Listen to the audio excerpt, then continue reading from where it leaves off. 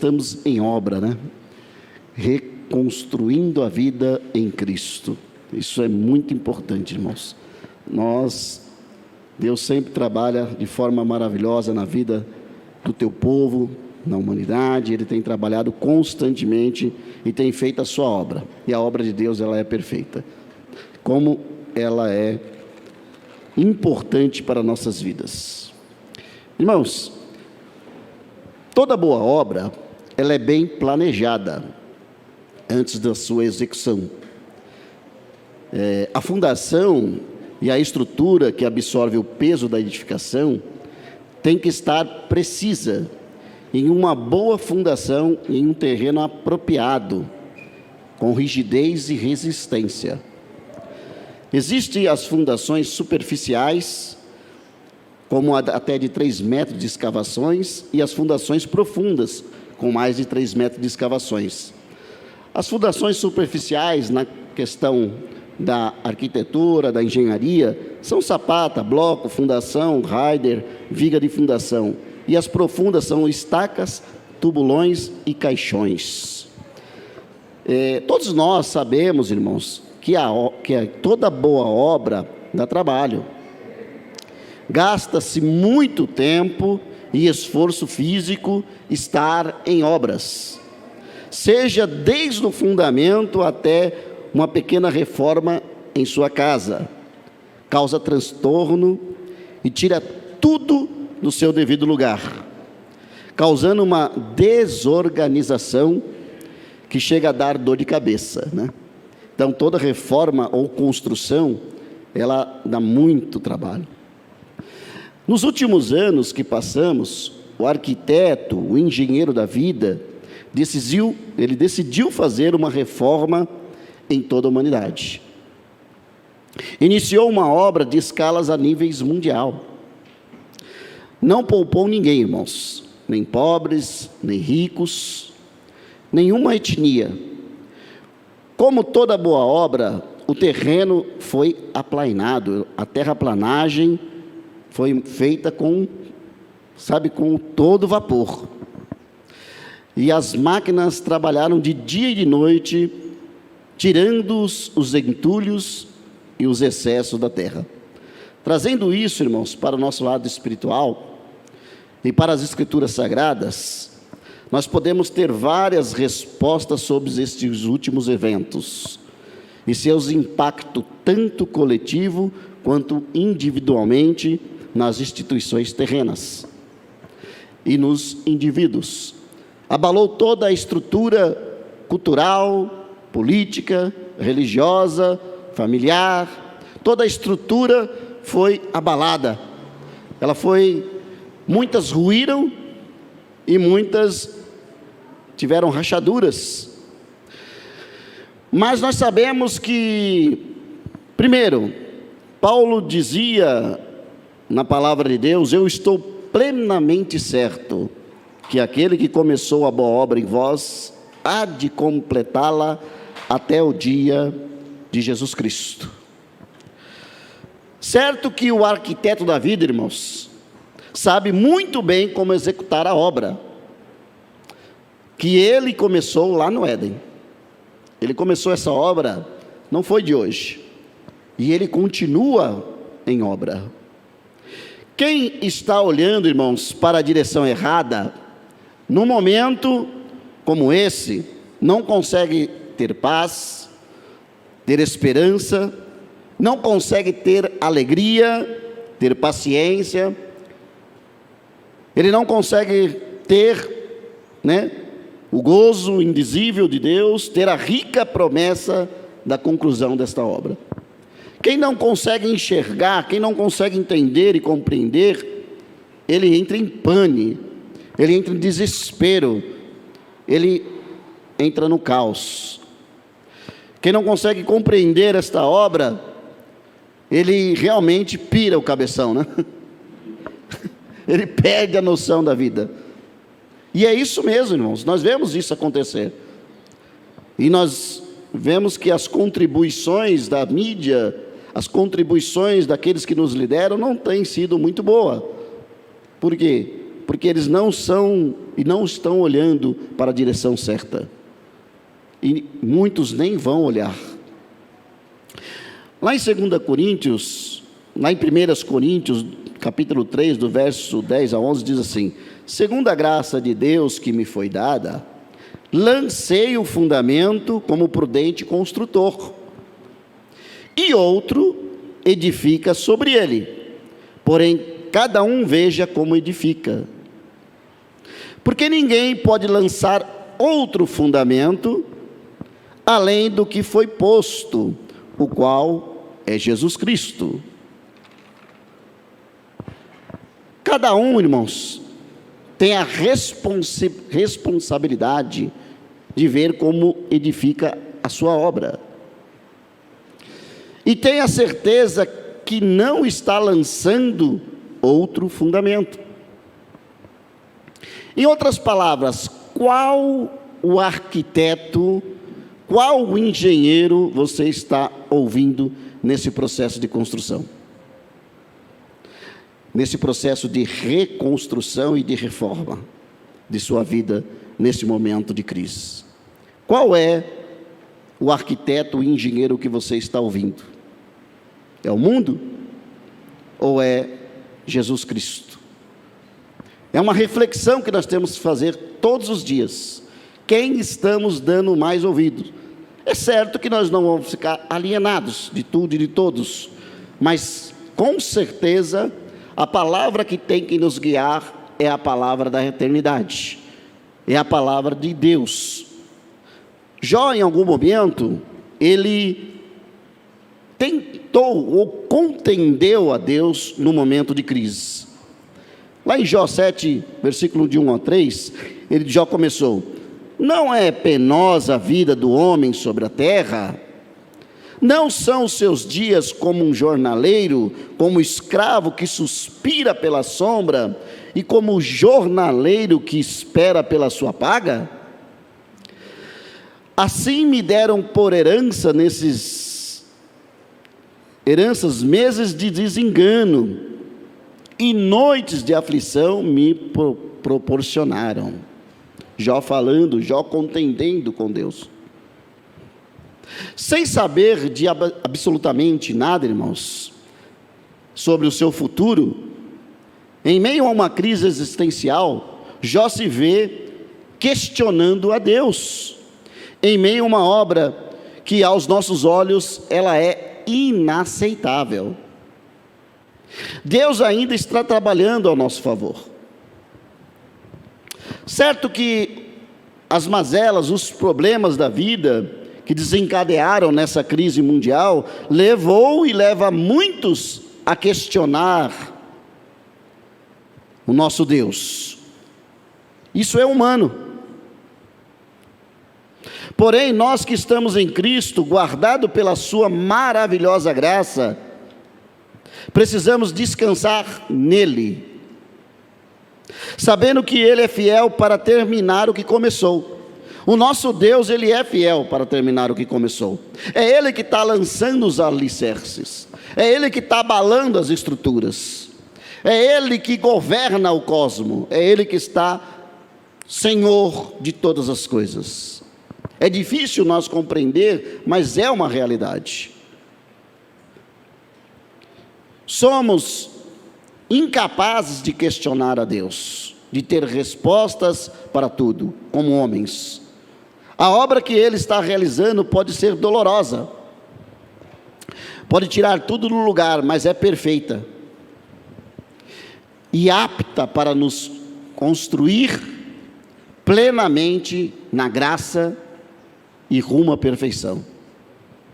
Jó novamente, lá no capítulo 9, de 1 a 10, ele diz assim: então Jó respondeu e disse: na verdade, sei que é assim, porque como pode o homem ser justo para com Deus? Se quiser contender com ele, nem a uma de 1000 coisas lhe poderá responder. Ele é sábio de coração e grande em poder, porque porfiou com ele e teve paz. Ele é quem remove os montes sem quem saibam, que ele na sua ira os transtorna, quem move a terra para fora do seu lugar, cujas colunas estremecem, quem fala ao sol e este não sai, e sela as estrelas, quem sozinho estende os céus e anda sobre os altos mar, quem faz a Ursa, o Órion e o sete estrelo, e as recâmaras do sul, quem faz grandes coisas que se não pode esquadrinhar, e maravilhas tais que não se podem contar. Jó novamente, ele reconheceu que ele não pode ter as respostas por si próprio, e reconheceu que não pode contender com Deus. E nós conhecemos a história de Jó. Jó perdeu tudo. Jó ainda ficou doente, com as chagas. Estamos em obras, irmãos, e o arquiteto Mor, ele é soberano sobre a terra, e sobre todos ele é Senhor absoluto. Ele levanta, ele abate, ele conduz o curso de todas as coisas. Ele diz ao mar: acalma-te. Ele diz ao vento: sopra aos quatro cantos. Ele diz: haja luz. Ele diz: haja vida. Ele é quem envia a peste. Ele é quem tira a peste. Ele é quem envia. Ele é quem cura. Ele é quem abate. Ele é quem dá e tira a vida. Cabe a nós clamar por sua misericórdia e confiar no seu poder. Nós sabemos que é Ele quem governa, é Ele que é Senhor. Nós contendemos às vezes com Ele porque somos teimosos, somos humanos falhos, pecadores. E infelizmente não deveria ser normal, mas é normal nós contender com o nosso Deus. Mas nós sabemos que não podemos ter essas respostas, a não ser em Cristo, porque dele, por ele e para ele são todas as coisas. Nele existimos e nele nos movemos, irmãos. Então, esta obra, ela precisa estar focada na eternidade, senão é uma obra finita. Eu gosto muito de ler esse versículo lá de Mateus 7, 24 a 25. Nós estamos em obra. Onde está sendo construída a sua casa espiritual? Lá nesse capítulo diz assim: todo aquele, pois, que ouve estas minhas palavras e as pratica, será comparado a um homem prudente, que edificou a sua casa sobre a rocha. E a chuva caiu, transbordaram os rios, sopraram os ventos e deram com ímpeto contra aquela casa, que não caiu, porque fora edificada sobre a rocha. E todo aquele que ouve estas minhas palavras e não as pratica, será comparado a um homem insensato que edificou a sua casa sobre areia. E caiu a chuva, transbordaram os rios, sopraram os ventos e deram com ímpeto contra aquela casa. E ela desabou, sendo grande a sua ruína. Se sua casa espiritual, irmãos, está sendo edificada nas vãs filosofias, nas ideologias, na cultura do saber humano, e se a sua esperança for somente as ofertas paliativas, abstratas e finitas do homem, você e muitos nessa pandemia, irmãos, e na vida, está construindo a casa na areia. Você está usando as mesmas estratégias de construção civil, às vezes que é segura na sua vida espiritual, mas quando vier as lutas, as batalhas, as calamidades, as doenças, as guerras, os rumores de guerra, a casa vai ruir, porque é um projeto humano, e todo projeto humano é abstrato, é infundado, ele é subjetivo, ele é para este mundo, não é para a eternidade, por mais que eles traz benefício para nós, Mas ele não é. Me desculpe aqui, irmãos. Esse negócio aqui tem que desligar. Isso é uma benção. Esqueço de desligar o celular, mas é benção. Perdoa, irmão. Então, se as calamidades, as guerras, se nossas casas, se nós estamos flertando, irmãos, com a sabedoria humana, que é animal, é diabólica, ela é parcial, ela é cheia de inveja, você está em meio a uma obra fadada, a uma crise moral, a uma crise ética e espiritual sem precedentes. O abalo sísmico, irmãos, da crise mundial, veio para nos mostrar que somos totalmente dependentes da graça de Deus. Quer seja cristão ou não, todos nós dependemos da graça de Deus. Todos nós necessitamos da graça de Deus. Se não for o Senhor ao nosso lado, ora diga Israel. Se não for a graça de Deus em nossa vida, aonde estaríamos hoje? Muitos entraram pelo caminho do suicídio, muitos não voltaram da questão clínica, psicológica, muitos estão abalados, muitas famílias ruídas, e nós vemos o cenário aumentando cada vez mais, porque as esperanças deles estão em algo que não é eterno. Por isso que a estrutura, essa obra, ela não está sendo dirigida pelo arquiteto da vida, pelo nosso Senhor Jesus Cristo.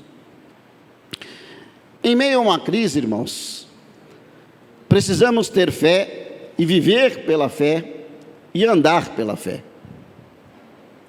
Filipenses 4, 11, 13 diz assim: digo isto, não por causa da pobreza, porque aprendi a viver contente em toda e qualquer situação. Paulo dizia: tanto sei estar humilhado, como também ser honrado, de tudo, e em todas as circunstâncias já tenho experiência, tanto de fartura como de fome, assim de abundância como de escassez, tudo posso naquele que me fortalece. Irmãos, nós precisamos estar cada vez mais fundamentado nessa rica esperança. Paulo dizia nessas palavras que ele depende de Deus, que pode acontecer o que for, ele estará firme em Deus, ele estará fitando os teus olhos no nosso autor e consumador da fé, que é o nosso Senhor e Salvador Jesus Cristo.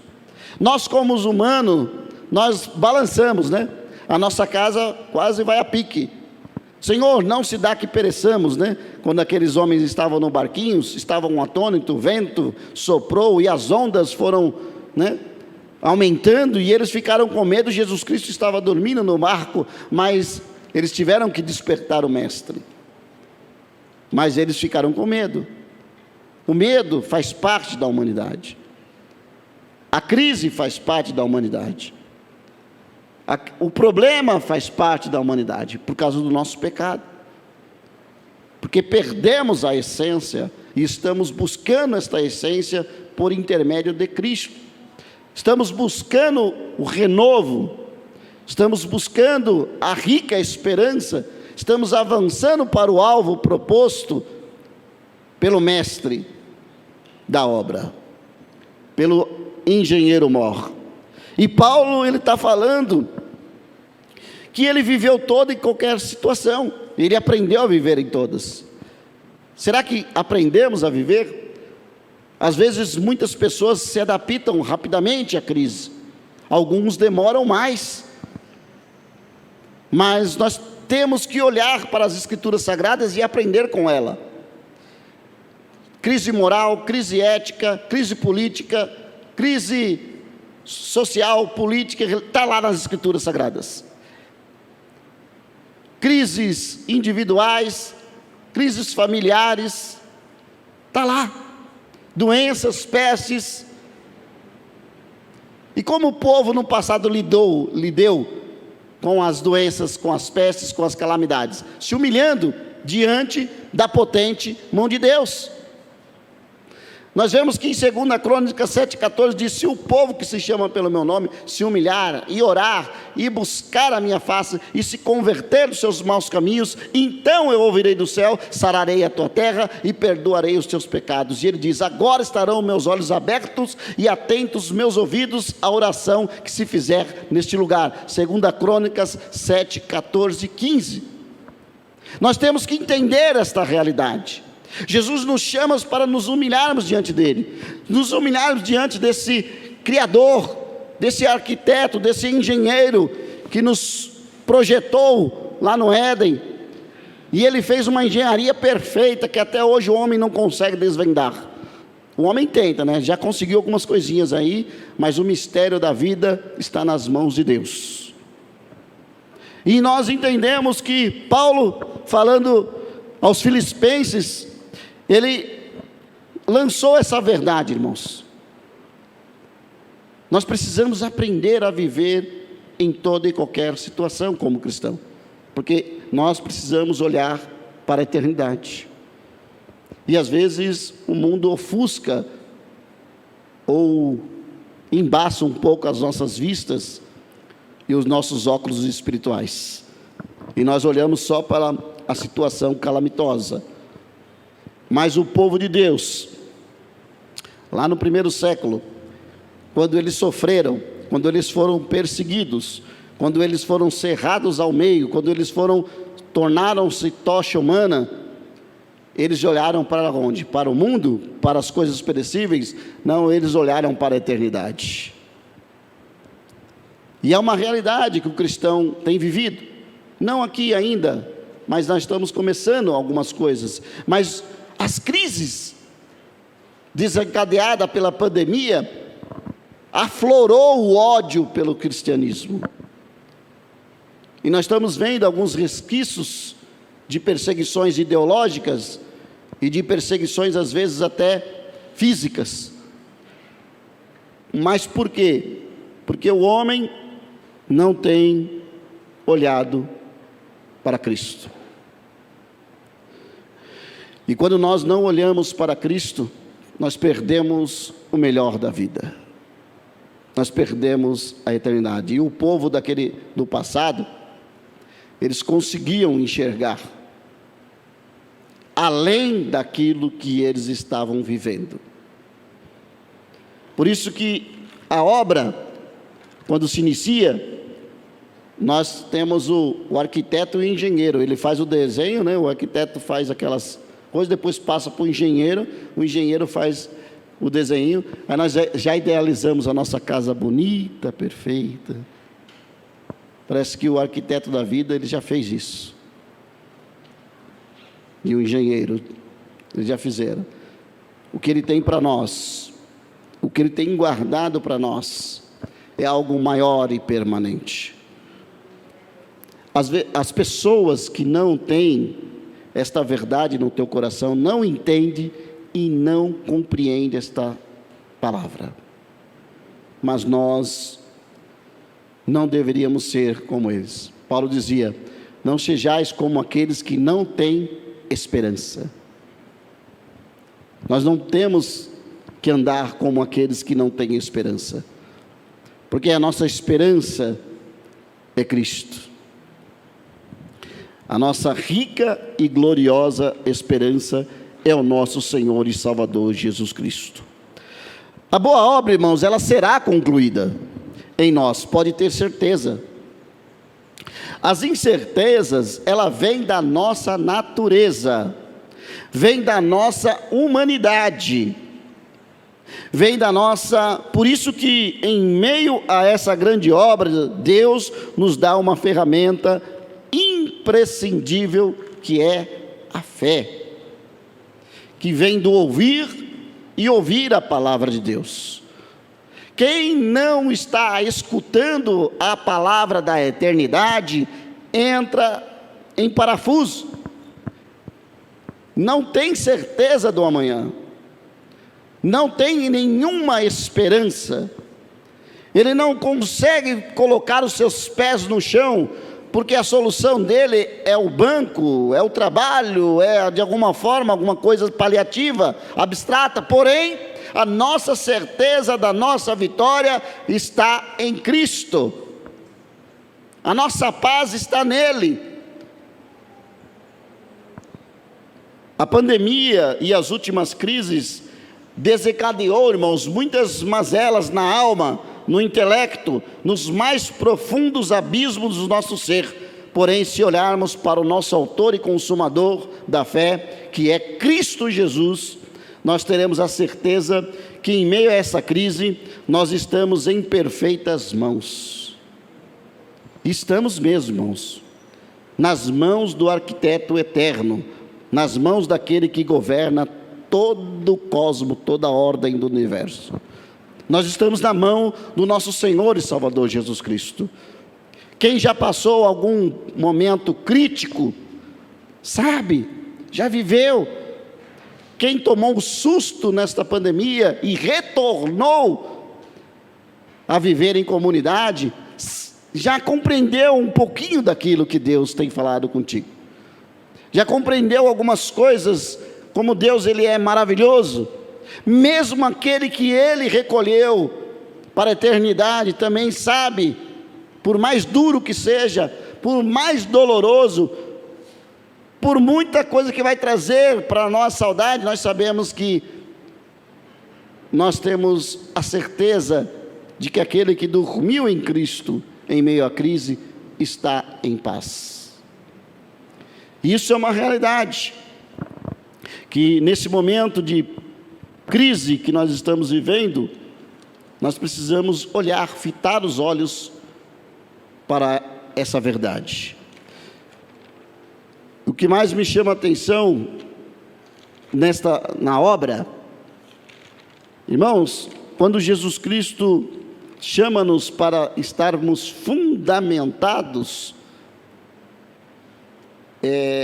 na doutrina, ele é bem enfático, que se nós não nos aprofundarmos na doutrina verdadeira, nós teremos uma casa estruturada na areia. Até construiremos a nossa casa, como muitos constroem, através de doutrinas desconexas com a doutrina da verdade de Cristo, das Escrituras. É um invencionismo, é um malabarismo homilético, teológico, ideológico, filosófico. Não pode. Nossa estrutura cristã tem que estar fundamentada na doutrina dos apóstolos, na doutrina de Cristo, na doutrina dos pais, dos profetas e daqueles homens de Deus que durante a história preservaram a sã doutrina. Por isso que a nossa casa, irmãos, espiritual, ela precisa estar enraizada na verdade que liberta. Porque nós temos andado e pregado e anunciado a Cristo em alguns lugares, e as pessoas estão muito mais preocupadas com o amanhã, como que elas vão viver. Isso é natural, já falamos que isso é humano, mas nós sabemos que nós não podemos acrescentar um côvado, nós não podemos acrescentar 40 centímetros da nossa vida. Por isso que Jesus Cristo diz lá no Mateus, que os lírios do campo se vestiu mais, muito mais belo, muito mais maravilhoso do que Salomão em toda a sua plenitude. Ele diz: não andeis ansiosos pelo que haveis de comer, pelo que haveis de beber, nem pelo que haveis de vestir, porque o vosso Pai as vestes, as sustenta, os alimenta e tem cuidado de nós. Em meia crise, nós estamos aqui, mas somente aquele que está fundamentado, aqueles que seguem alguns ensinamentos de demônios, alguns ensinamentos de homens que têm a sua mente cauterizada, perderam a fé e trazem para a humanidade estruturas insólidas, estruturas que são fáceis de serem ruídas. Basta apenas uma crise, como essa que vivemos, para o povo já debandar, já sair tudo desesperados. Mas a nossa obra, se está sendo feita em Cristo, por Cristo e para Cristo, pode ter certeza, esta obra é uma obra eterna. E toda obra eterna faz de nós uma casa espiritual firmada na rocha. E que rocha, viu? Como a irmã falou, a pedra angular. A pedra que significa o nosso Cristo. Aquela pedra que ninguém remove, que ninguém consegue, que nenhum maquinário humano consegue explodir, desintegrar, é Cristo. Isso nós temos visto, irmãos. Se tua casa espiritual está firmada em Cristo, passa ano, entra ano, passa década, entra década, passa milênio, passa centenas de anos, séculos, e Cristo continua o mesmo ontem, hoje e eternamente. E a igreja dele continua firme e forte em meio à crise, porque ela independe das circunstâncias da vida, ela vive pela fé. E viver pela fé é algo extraordinário. Nós até compreendemos, acho que um pouquinho, mas em parte conhecemos e em parte profetizamos. Mas quando vier aquilo que é perfeito, que é o nosso Senhor, então nós compreendemos na sua plenitude. E mesmo esse pouco que Ele nos revela é maravilhoso, porque nos traz esperança. Uma manhã como essa, nós estamos ouvindo esta palavra maravilhosa, que vem de Deus, que é uma palavra de estruturas, irmãos, para nos trazer esperança, uma rica, indizível esperanças. Irmãos, nós estamos em obras, mas quem está no controle? É Deus. Nós podemos e devemos participar dessa obra. E como? Como operários, irmãos, nós falhamos, desesperamos, ficamos preocupados, doentes do físico e da alma, mas aquele que começou a boa obra concluirá esse empreendimento na minha e na sua vida. Apenas temos que seguir as suas instruções, para que possamos cooperar com o grande mestre de obras e chegarmos ao fim. Como eu gosto de um louvor que diz: quando o Jordão passarmos unidos e entrarmos no céu, veremos lá, como a areia da praia os remidos, ó que gloriosa vista será. Então todo cristão que olha para a eternidade, que vive uma vida normal, não como um super, omega, ou top, espiritual, que só vive transcendendo as leis naturais, não, mas como um cristão com os pés no chão, que usa a fé e a razão, que presta um culto a Deus racional, que presta um culto a Deus que prescuta, que observa, que indaga às vezes sim, mas que sabe que Cristo, quando Ele está falando, quando Deus está falando, Ele fala de forma extraordinária, mas nós prestamos a Ele um culto racional. Nós dançamos, nós pulamos, nós nos alegramos, nós né? Falamos línguas estranhas, nós somos pentecas, mas nós sabemos que o maior e o melhor é prestar a Deus um culto racional, é prestar a Ele um louvor de todo o coração, é saber que a nossa estrutura não está firmada em movimentos, mas está firmada na cruz, na mensagem da cruz. E a mensagem da cruz, irmãos, ela continua poderosa, ela continua impactante, em meio à crise, em meio à luta, em meio à guerra, em meio a dificuldades, em meio à doença, em meio ao caos, a mensagem da cruz, ela continua impactante, ela continua dando esperança onde não tem esperança, ela continua reavivando onde não tinha vida, ela continua te estruturando, te dando um norte, te dando uma direção. A mensagem da cruz continua trazendo para nós o Cristo que se fez carne e habitou entre nós, continua trazendo para nós a mensagem de que Cristo vive, de que Cristo está aqui, e que o Espírito Santo é o nosso Consolador, que Ele está conosco em qualquer circunstância, no momento que você foi traído, no momento que você foi deixado de lado, no momento que você passou esta crise, o Espírito Santo está aí, esteve contigo, está comigo, está com a tua igreja todos os dias. Nós titubeamos e vacilamos, mas Ele está aqui. O Mestre, o Senhor, o absoluto está aqui. E como é bom saber disso.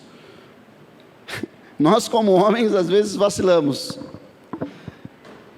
e titubeamos, mas reconstruindo a vida em Cristo. Quem não reconstruir a vida no Cristo, está construindo a sua casa na areia. Esta é a realidade. Nós precisamos olhar cada vez mais como estamos conduzindo esta obra. Nós temos responsabilidades também, nós temos deveres, né?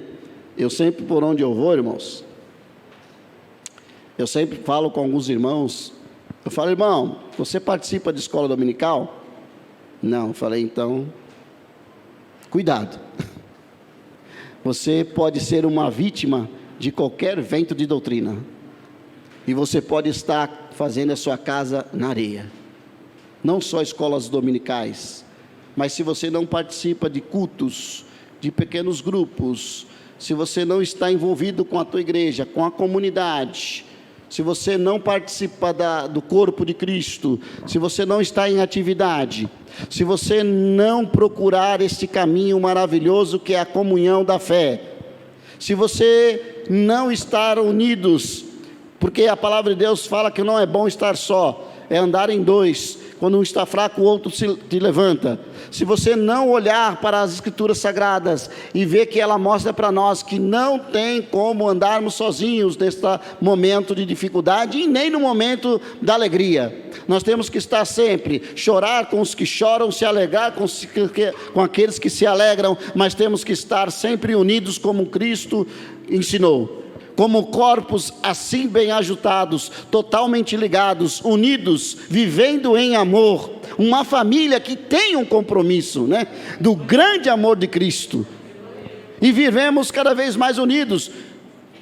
Um é meio chato, um fica te incomodando no dia que perde, né, o seu time maravilhoso, mas saiba de uma coisa, irmãos, ele é o nosso irmão também, aquele lá, não importa o que o mundo está vivendo, nós estamos em Cristo, nós somos um. Os irmãos da risada, mas é a realidade. Às vezes o irmão se preocupa e entra numa pilha por causa de fulano, por causa de ciclano, por causa de time A e time B, amém, que Deus seja, faz parte da vida, mas nós somos um corpo.